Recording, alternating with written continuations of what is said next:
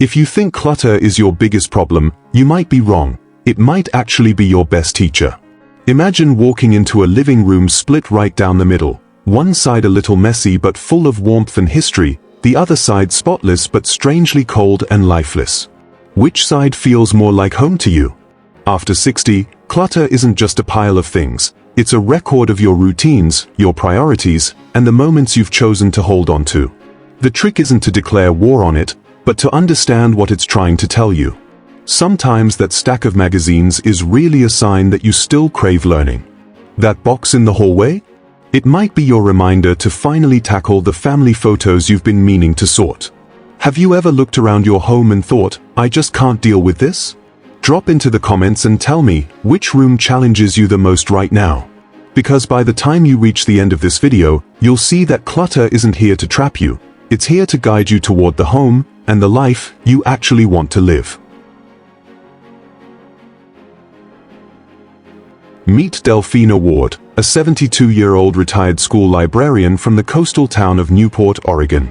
For decades, she was the kind of librarian who could tell you exactly where a certain book sat, even if it hadn't been checked out in years. Third shelf from the top, near the window, just past the section with the green bindings.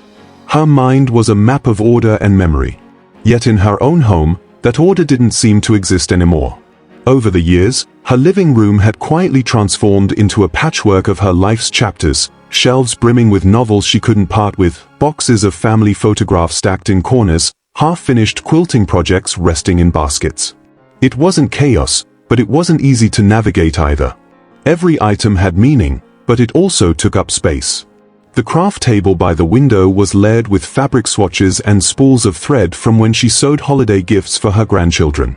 The hallway closet was filled with coats and scarves for every possible weather pattern, even though she mostly wore the same few favorites.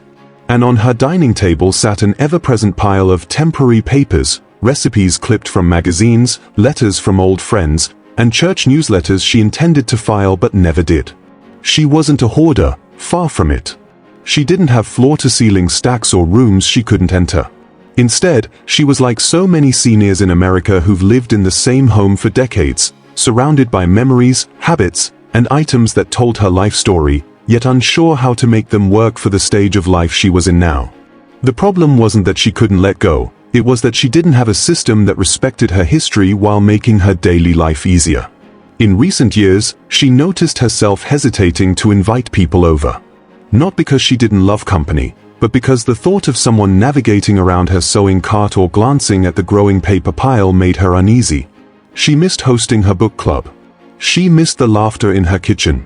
But each time she considered clearing things out, the process felt overwhelming, like she'd have to choose between her memories and her comfort.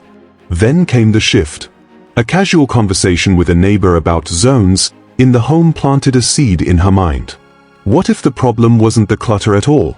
What if it was the way it was arranged, or not arranged, to fit her current needs? That single thought changed the way she looked at her home. Instead of asking, what do I need to get rid of? She started asking, how can I make this space serve me now? It was a small change in thinking, but it would lead to a complete transformation in the way she lived. Here's a perspective most people never consider, especially after 60. Clutter isn't necessarily a sign of laziness or failure. It can be a living, breathing map of your life. Every surface you use, every corner you fill, every pile you keep stepping around is quietly showing you where your routines are breaking down and where your home is no longer working with you. Think about it. That stack of unopened mail on the kitchen counter? It's not just mess. It's a sign you don't have a quick, accessible spot to sort and store important papers, especially the kind that seem to multiply after retirement, like Medicare statements, appointment reminders, or HOA letters. That overcrowded pantry? It's telling you that buying in bulk, while once a smart money-saving habit, now sometimes leads to forgotten cans hidden in the back, quietly expiring before you can use them. And that coat closet so jammed with jackets for every possible weather condition? It's showing you that your storage hasn't adapted to your current lifestyle. You might no longer be commuting in the rain daily, but you're still keeping the same gear as if you were. For Delphina, this realization was the turning point. She began to see her piles and overstuffed shelves not as evidence of a problem, but as a communication tool, her home telling her exactly where to focus her attention. A stack of recipe cards next to the toaster meant her meal planning system was more hopeful than practical. The sewing machine shoved under a side table signaled that her crafting space wasn't accessible enough for her to start projects on a whim. Even her growing just-in-case drawer, a collection of batteries, old remotes, loose screws, and mystery keys, wasn't clutter for clutter's sake. It was a sign she needed a designated household tools area she could actually maintain. Here's the liberating truth. Once you stop judging your clutter and start decoding it, you can use it as a guide. Instead of the overwhelming question, where do I even start? You can ask, what's this pile trying to tell me? That medical paperwork pile might be asking for a small, labeled inbox near the phone. That basket of half-used toiletries might be hinting that you need one central bathroom cabinet instead of 3 half-stocked ones scattered around the house. When you begin to view clutter as a map, every item out of place becomes a clue, not a condemnation. And that shift, from shame to curiosity, makes the process lighter, faster, and far less emotional. So take a moment, look around your home right now, and ask yourself, which pile is speaking the loudest to me? The answer might just tell you where to start your next chapter of freedom. Delphina's real breakthrough came when she stopped thinking about her home in terms of things and started thinking about it in terms of moments. Most people are taught to organize by category. Keep all the mugs together, all the books together, all the scissors together. And while that can work in theory, for seniors, especially after 60, it often leads to items being stored far from where they are actually used. That's when she discovered the theme zone method, a way of arranging her home not by type, but by life theme. Here's how it works. Instead of asking, where do all my mugs go? You ask, when and where do I use them? For Delphina, her day always started the same. Coffee at the kitchen table while reading the newspaper. So instead of mugs in one cupboard, filters in another, and spoons across the room, she created a morning coffee zone. One reachable shelf now held everything she needed for that ritual: mugs, filters, sugar, her favorite spoon, and even her reading glasses. That simple change cut her morning getting ready time in half and eliminated the frustrating back and forth around the kitchen. Her sewing supplies were another story. Before, they were scattered across 3 different rooms, fabric stacked in the guest room closet, threads in a hallway cabinet, and the sewing machine shoved under a desk. By creating a sewing zone on a rolling cart, she could bring her entire hobby into any room she wanted. This not only made starting a project easier, but it also made cleanup faster. Everything had a designated space on the cart, so she could tuck it away when she was done. The beauty of the theme zone method is that it adapts to your actual lifestyle today, not the one you had 10 or 20 years ago. In US homes, this can mean creating a TV comfort zone with remotes, blankets, and favorite snacks in one basket next to your chair, or a mail zone near the front door with a letter opener, pen, stamps, and a small shredder. Each zone is built around how you live now, making it both functional and deeply personal. Delphina found that this method also reduced the stress of decision-making. She no longer had to think about where something should go. If it belonged to a certain life activity, it stayed in that activity's zone. The system began to work almost automatically. And the more zones she created, the less her home felt like a random collection of belongings and the more it felt like a living, breathing map of her routines. But the real magic didn't happen with coffee mugs or sewing carts. It happened when she realized this method could be applied to the most emotional category of all, her sentimental items. Because once she learned to give memories their own zone, she found a way to keep the past close without letting it take over her present. That's when everything began to change. For years, Delphina had struggled with what to do about her sentimental items. She had drawers filled with birthday cards, shelves stacked with framed photos that had never been hung, and boxes of keepsakes tucked into closets, things she didn't want to part with but rarely took out to enjoy. Like many seniors in the United States, she felt a quiet tension: keep everything and risk drowning in it, or let go and risk losing part of her history. That's when she stumbled upon a growing trend among older Americans: legacy boxes. A legacy box isn't just a storage bin. It's a curated, intentional container for your most treasured keepsakes, combined with the stories that give them meaning. The idea is simple. Choose a small, manageable box, label it clearly, and fill it with a select few items that truly matter to you or your family's history. The twist, and the part that makes it powerful, is pairing each item with a note, photo, or even a voice recording that explains its significance. For Delphina, this approach was a revelation. She realized she didn't have to keep every memento to preserve the memory. Instead, she could keep the essence of it. One of her most precious examples was her late husband's fishing hat, faded, worn, and still smelling faintly of lake water and sunscreen. In the past, it might have sat in a box alongside dozens of other fishing items, slowly losing its meaning among the clutter. But now, it lives in a legacy box, accompanied by a snapshot from their 1983 trip to Lake Tahoe and a short handwritten note describing the day he caught the biggest fish of his life and insisted they eat it right there on the shore. This method didn't just free up physical space, it freed up emotional space.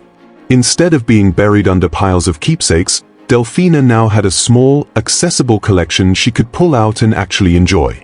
And when her granddaughter visited, it became a natural storytelling moment. She could hand her the box, share the photo, and relive the memory together. The power of this system is that it transforms sentimental clutter from something static and hidden into something living and shareable.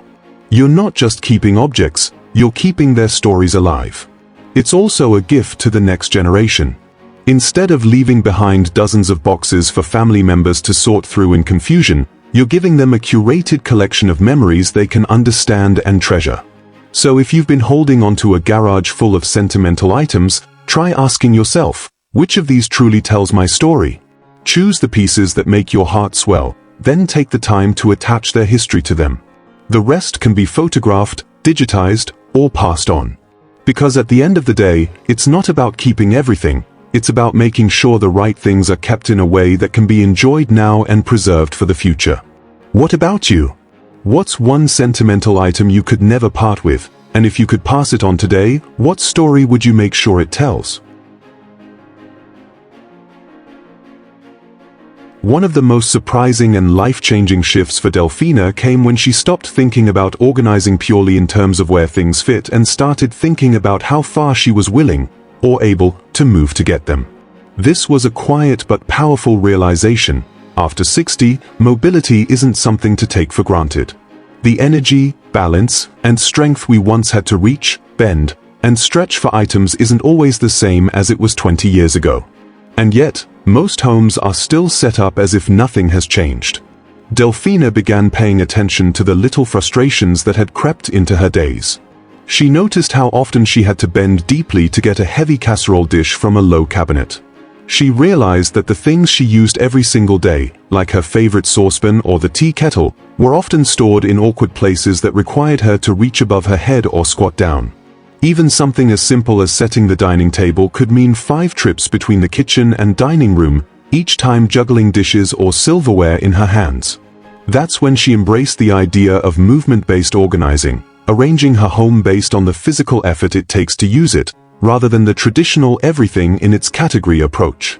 Her new rule was simple: heavy or bulky objects should be stored no higher than shoulder height to avoid strain. The things she used every day should be placed within easy reach at waist level, and less frequently used items could be stored on the lowest shelves or tucked into storage bins that didn't require frequent bending. She also began using tools that are becoming more common in US senior living communities: adjustable shelving, which allowed her to customize cabinet heights so she could maximize storage without making anything too hard to reach, and rolling carts, which became one of her favorite organizing hacks. With a rolling cart, she could gather everything she needed for a task, whether it was baking cookies with her granddaughter or setting the table for dinner, and transport it in one easy trip. No more shuttling back and forth, no more awkward balancing acts with dishes in one hand and utensils in the other. The benefits were immediate. Not only did this new system save her energy, but it also reduced her risk of injury. No more climbing on stools to reach top shelves. No more bending repeatedly to access the things she used most. The change even made her kitchen feel more open and accessible because she wasn't storing everyday items in hard-to-reach spots. Perhaps the most powerful part of movement-based organizing is how it gave Delphina more confidence in her own home. She no longer felt frustrated by daily tasks or worried about whether she could keep up with hosting friends. Everything she needed was right where her body could comfortably handle it. And for anyone over 60, this isn't just about convenience, it's about protecting your independence. The less strain you put on your body for everyday tasks, the more energy you'll have for the moments that truly matter. Less spending, less straining, and much more living. Delphina had tried every quick-fix cleaning method she'd read about: 15-minute sprints, weekend cleanouts, even the just do one drawer a day approach. They all had one thing in common: they felt like chores, and the motivation faded fast. She didn't want a stopwatch dictating her energy. She wanted something gentler, more intentional, something that would still work on days when her knees ached or her energy was low. That's when she created what she now calls her one spot, one decision reset. The idea was beautifully simple. Each day, she chose a single spot in her home that seemed to be calling for attention. It could be the top of her dresser, the end table beside her recliner, the corner of the kitchen counter, or even the basket where mail and odds and ends tended to collect. She didn't set a timer or make a goal to finish the whole area. Instead, she picked up just one item from that spot and made a decision about it, right then and there. Keep it? Relocate it? Donate it? Discard it? That single act changed everything. By removing the pressure to finish a whole project, she avoided the exhaustion and mental burnout that so often comes with all-or-nothing cleaning sessions. One day she might only make one decision and stop. Other days, that one decision would spark momentum and she'd keep going until the entire spot was clear. The beauty was that she never felt like she was failing. Progress was progress, no matter the size. The method also created an emotional connection with her home. When she picked up a small ceramic bird from her dresser, she took a moment to remember it was a gift from a student the year she retired. That memory was enough for her to decide it deserved a permanent place on the bookshelf where she'd see it daily. When she picked up a plastic gadget from the kitchen counter and realized she hadn't used it in 2 years, the choice to donate it was easy. Over time, the one spot, one decision approach began to ripple through her entire house. The clutter never piled up as badly because she was addressing it bit by bit. More importantly, she didn't dread the process. It became part of her daily rhythm, like making her morning coffee or watering her plants. The method fit naturally into her life, whether she had an energetic afternoon or just a few quiet moments before bed. For seniors, especially in the United States where homes often hold decades of belongings, this approach offers a sustainable, stress-free way to reclaim space. It works around fluctuating energy levels, avoids physical strain, and turns organizing into a moment of reflection rather than a rush to beat the clock. Delphina often says this is the first method that didn't just change her home, it changed how she felt about her home. No guilt, no overwhelm, just steady progress born from a single daily choice. And it's a question worth asking yourself. If you picked one spot in your home right now and made just one decision about something in it, where might that first step take you? Delphina's home had once been a place she loved deeply but navigated with a quiet undercurrent of stress. She adored her belongings, the books she'd collected over decades, the hand-stitched quilts, the framed photographs of family vacations, but she also felt the weight of them. When friends suggested hosting the next book club meeting, she'd smile politely and say she was busy, when in reality she didn't want anyone to see the piles on her dining table or the half-finished projects scattered in the living room. Her home was safe and familiar, yet it no longer felt ready to welcome others in. The transformation didn't happen overnight, but it also didn't require a dramatic everything-must-go purge. It started with small, thoughtful changes, creating life-themed zones so her daily routines flowed smoothly, building a legacy box for keepsakes she wanted to pass on, arranging items based on how far she was willing to bend or reach, and embracing her one spot, one decision reset. These weren't just organizing tricks, they were a way of reshaping her home to serve the life she had now, not the life she had 20 years ago. Slowly, the barriers between her and the life she wanted began to dissolve. The dining table that had once been buried under paperwork was now ready for a pot of tea and a plate of cookies when friends arrived. The sewing cart rolled easily from room to room, so she could enjoy her hobby without creating a trail of clutter.